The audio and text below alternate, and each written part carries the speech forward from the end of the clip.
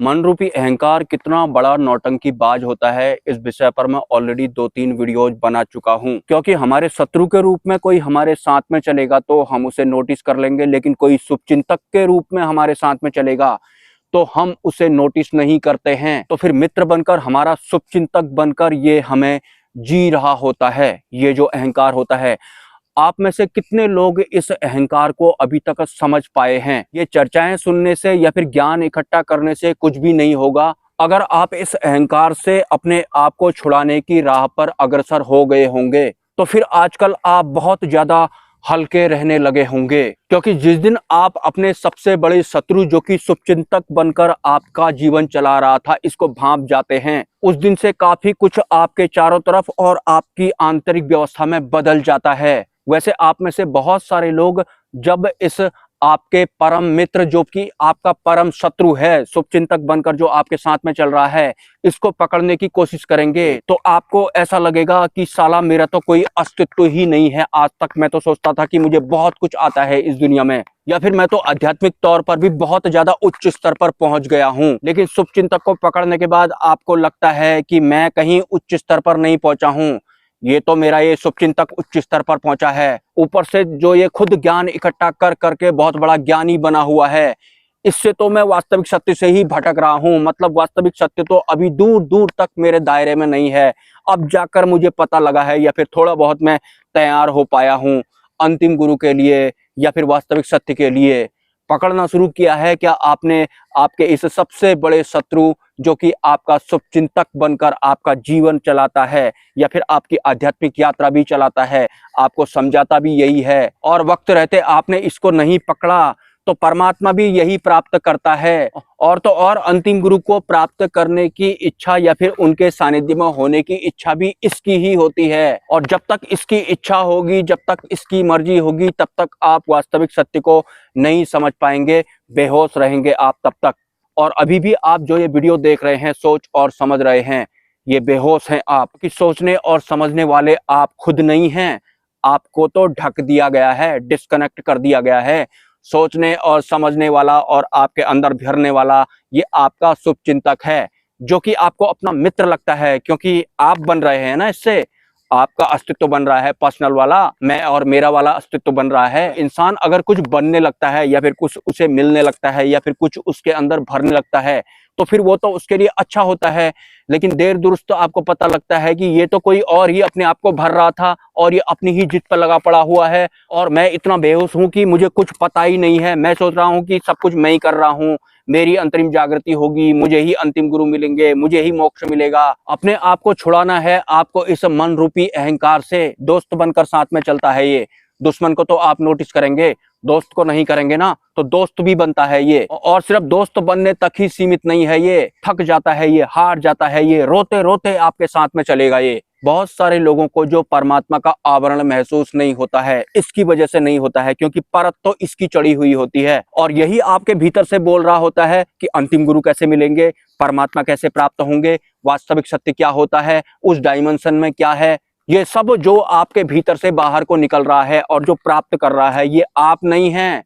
आप तो बेहोश हैं, और आप अनादिकाल से ही बेहोश हैं। और इस दुनिया में जितने भी लोग आए हैं आज तक, जितने लोग चले गए हैं, जितने पैदा होंगे, वो सब भी बेहोशी की हालत में ही पैदा होते हैं और बेहोशी में ही वो इस दुनिया से चले जाते हैं।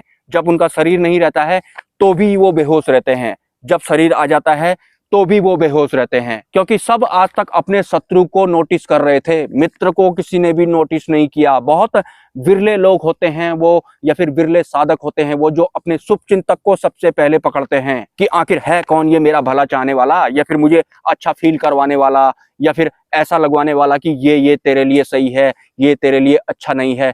तुम्हारी फिक्र भी करता है ये अहंकार, तुम्हारी फिक्र भी करेगा। तो जो तुम्हारी फिक्र करेगा वो तो तुम्हारा शुभचिंतक हो गया, दोस्त हो गया। क्यों शक करोगे तुम उसे, क्यों पकड़ोगे उसे, अरे सुनना भी क्यों चाहोगे उसके बारे में। इस वजह से इंसान अपने बारे में बुराई नहीं सुनना चाहता है, क्योंकि पहले से ही उसके शुभचिंतक ने उसके अंदर अच्छाई बनाई होती है, या फिर उसको ऐसा बनाया होता है कि ये तेरे लिए बुरा है, ये तेरे लिए अच्छा है। मतलब अच्छा और बुरा जी भी वही रहा होता है। बाकी अगर आपका विस्तार हो गया है, अगर आप विवाद तंत्र की चपेट में आ गए हैं, उसके बाद आपका विस्तार हो गया है, तो जो विस्तार हुआ है उनको जरा आप देखना, किस तरह का जीवन होता है उनका। किसी की वो फिक्र कर रहे होते हैं, कोई उन्हें अच्छा लग रहा होता है, किसी के साथ वो नौटंकी कर रहे होते हैं, किसी के साथ वो बेवकूफ़ी कर रहे होते हैं, सबके सब बेहोश होते हैं वो। मतलब जो एक सांसारिक इंसान होता है या फिर सांसारिक लोगों का जो ग्रुप होता है, अहंकार उसमें फुल पीक में पूर्ण लय के साथ अपना काम कर रहा होता है, अपने आप को जी रहा होता है। तो सांसारिक लोग पूर्ण रूप से बेहोश होते हैं। ऐसा फील होता होगा उस इंसान को जिसकी अंतरिम जागृति हो जाती है।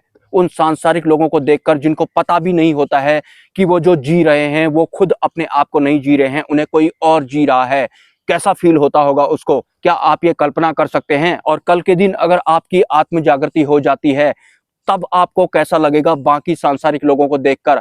तब आप क्या करेंगे उनके लिए? और अगर आपकी अंतरिम जागृति हो जाती है तो आपको ये वाली सिचुएशन को भूलना नहीं है कभी। लेकिन उससे पहले आपको आपका जो ये शुभचिंतक है इसको पकड़ना होगा, जो आपका भला चाहता है इंटरनली, उसको आपको सबसे पहले पकड़ना है।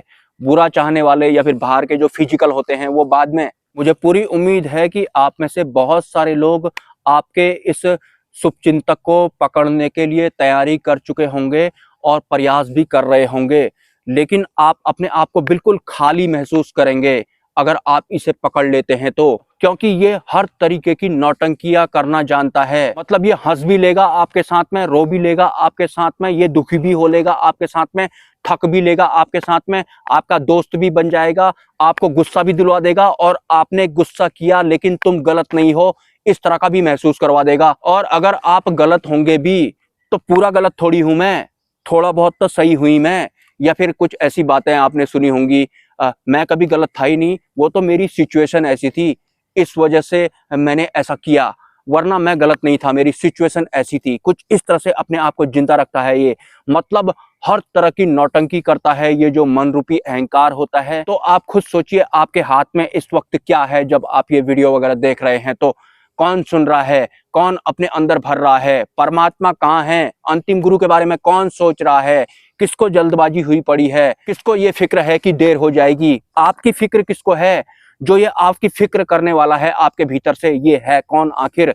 यही होता है सबसे बड़ा शत्रु हमारा। कमाल की बात है, कोई इस तरीके से हमारे भीतर चिपका हुआ है हमारे जीव में, वो हमारी फिक्र भी करने में लगा हुआ है, हमें याद दिलाने में लगा हुआ है कि जल्दी पूछो कि अंतिम गुरु कब मिलेंगे, वरना देर हो जाएगी या फिर कोई मर जाएगा। कमाल की फिक्र करता है ये आपका शुभचिंतक आपकी। पकड़ना है इसको। क्यों चाहता है तू मेरा भला आखिर? वैसे इसको सब पता होता है कि अंतिम गुरु अगर मिल गए तो मुझे जाना होगा, मुझे मिटना होगा, लेकिन रोते रोते तब भी आपके साथ में चलेगा ये। हार तो ये फिर भी नहीं मानता है, अनादिकाल से इसको आदत पड़ी हुई है ना। जब आप बेहोशी के आवरण वाले अपने इस परम मित्र या फिर शुभचिंतक को समझ जाएंगे, उस दिन आपको पता लगेगा कि वास्तविक आध्यात्म तो कुछ और ही होता है और मैं तो आज तक जिया ही नहीं था। और वास्तव में हम इंसानों ने अपने आप को जिया होता ही नहीं है, हमें तो किसी और ने जिया होता है और कुछ इस तरह से बेहोश रखा होता है कि हम पकड़ नहीं पाते हैं, मानने को तैयार नहीं होते हैं, क्योंकि हमारा भला चाहने वाला या फिर हमारी फिक्र करने वाला पहले से ही हमारे अंदर हमारा शुभचिंतक या फिर मित्र बनकर बैठा होता है। इसे आपको पकड़ना है। अंतिम गुरु या फिर वास्तविक सत्य बाद में, इसे पकड़ो सबसे पहले आप, फिर आपको एक नया दृश्य दिखाई पड़ेगा। आंतरिक स्तर पर भी और बाहरी स्तर पर भी आपको नया दृश्य दिखाई पड़ेगा। शायद अनादिकाल से लेके इस तरह के वीडियो बनने तक आपने देखा ही नहीं होगा, महसूस ही नहीं किया होगा। मिलते हैं किसी नेक्स्ट वीडियो में। नमस्कार।